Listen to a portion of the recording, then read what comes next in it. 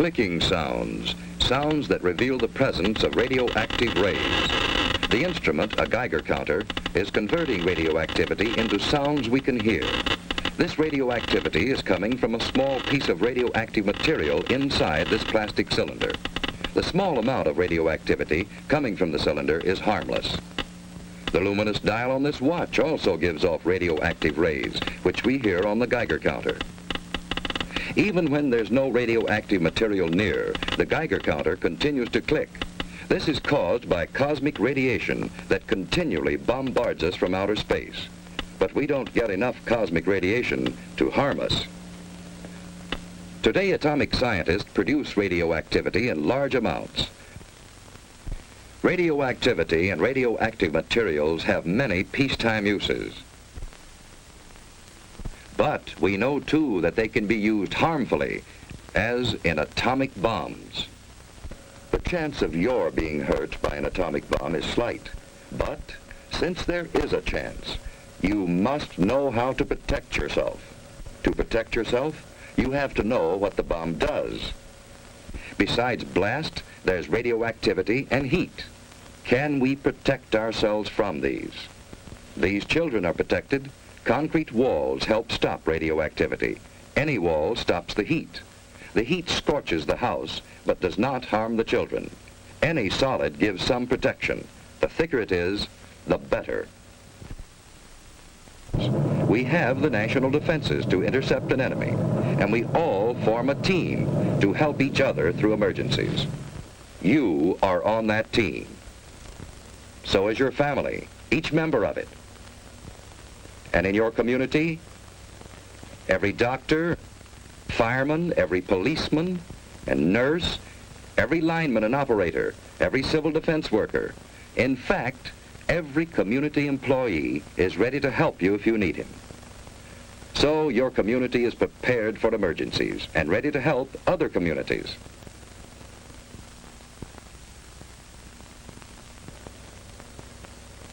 We have state and national headquarters for civil defense. And your city has a civil defense corps. We have a warning system and a system of defense. Yes, we have the equipment and the people for an effective team. But, like any team, it can win only when everyone knows his job and does it well. What is your job?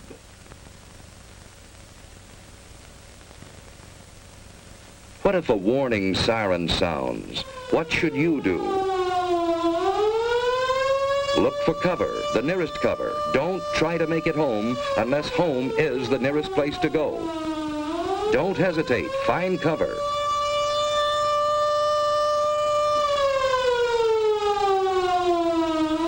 Everyone is in on this. Strangers will understand. Finding shelter quickly may save your life. If you can't get into a house, get behind a wall or a steep embankment on the side away from the city. Civil defense teams will go into action immediately. If you're home, you've work to do. Hi, Susie. Everything's fine upstairs. How you doing here? Okay, I guess. That's good. We repeat, cover windows to protect against the possibility of broken glass, heat, and radioactivity. Turn off fires. If you are home and are not assigned to civil defense duties, go to your prepared shelter. Those who are in shopping centers, go to prepared Well, shelters fire in the kitchen's immediately. out. Now we'll go down the In basement. this practice alert, we are assuming that the attack will come on the waterfront area. See, it's just practice. All this rushing around for nothing. Now, there's just where you're wrong. We need this practice. Now, come on, let's do our job.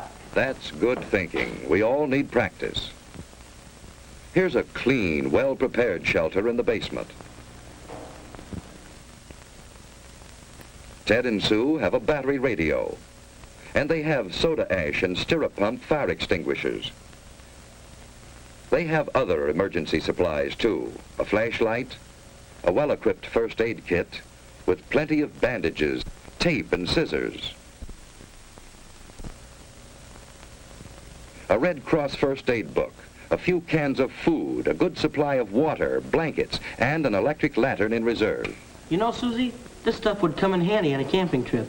I'd a lot rather be on a camping trip. Say, what would we do if we didn't have a basement? At school, they told us we should be away from windows and behind double walls. You know, like an inside hall. Ted's right. If you live in an apartment house, you can't all go to the basement. Head for a shelter area.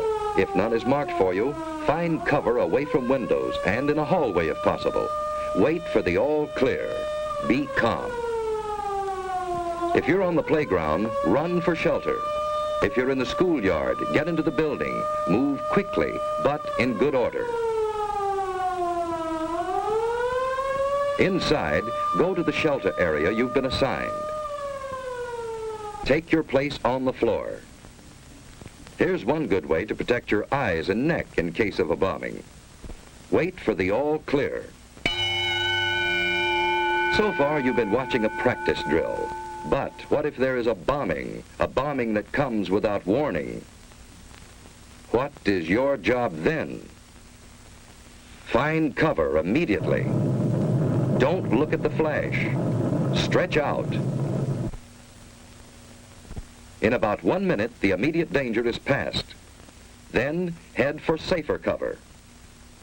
Another bomb may fall. Get indoors if you can. Shed your outer garments. They may have radioactive particles on them. If you're home, take shelter and stay down for about 1 minute. By then, the danger from radioactivity, heat, and blast have passed. Protect your eyes and neck.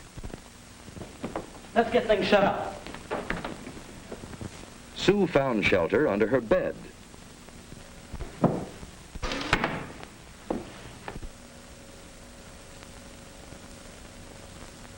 It's dead. Let's get the battery set. When the house current is off, that battery radio is essential. Keep tuned in.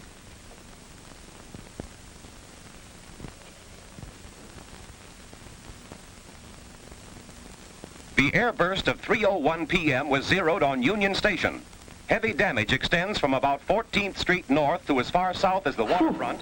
You know, we're lucky. That blast was miles Stay from there. undercover unless you have civil defense to... I've just been handed a bulletin. There's been an underwater burst at the waterfront. Water thrown up by the bomb is falling as mist and rain, and it is radioactive. Avoid this radioactive mist and What rain. does he mean which the by winds are blowing south from the river. radioactive mist? All According to what residents Dad give said, necessary the precautions. radioactivity gets into the mist and rain. Further instructions. And if the mist or rain gets on you, it's apt to make you very sick. What would you do about it? I'd scrub thoroughly with a detergent and water. What's a detergent? It's something like Mom uses when she washes dishes and clothes. Don't drink tap water. It may be contaminated. Ted and Sue are waiting for the all clear.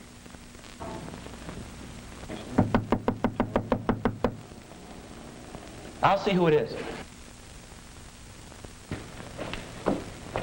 Hello, who's there? It's your block warden, Mr. Carlson.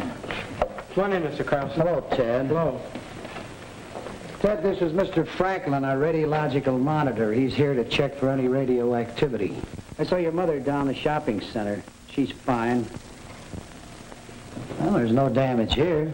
No, it's been very good here. Hello, Sue. Say, have you seen my dad lately? He's down at headquarters, and boy, he's really busy. Yeah? Well, there's no radioactivity here. Say, Mr. Franklin, is that a pen on your coat there? Oh, no, that's a dosimeter. A dosimeter? Well, what's a dosimeter? Well, it measures the amount of radioactivity that I've been exposed to. But this is the meter that I use to check with. Say, Mr. Carlson, is there anything I can do outside to help? No, Ted, everything is under control. You just stay here till the all-clear signal is given. You've done a good job. Thank you, Mr. Carlson. Bye, Sue. Bye. A good job. That's what everyone must do to be safe.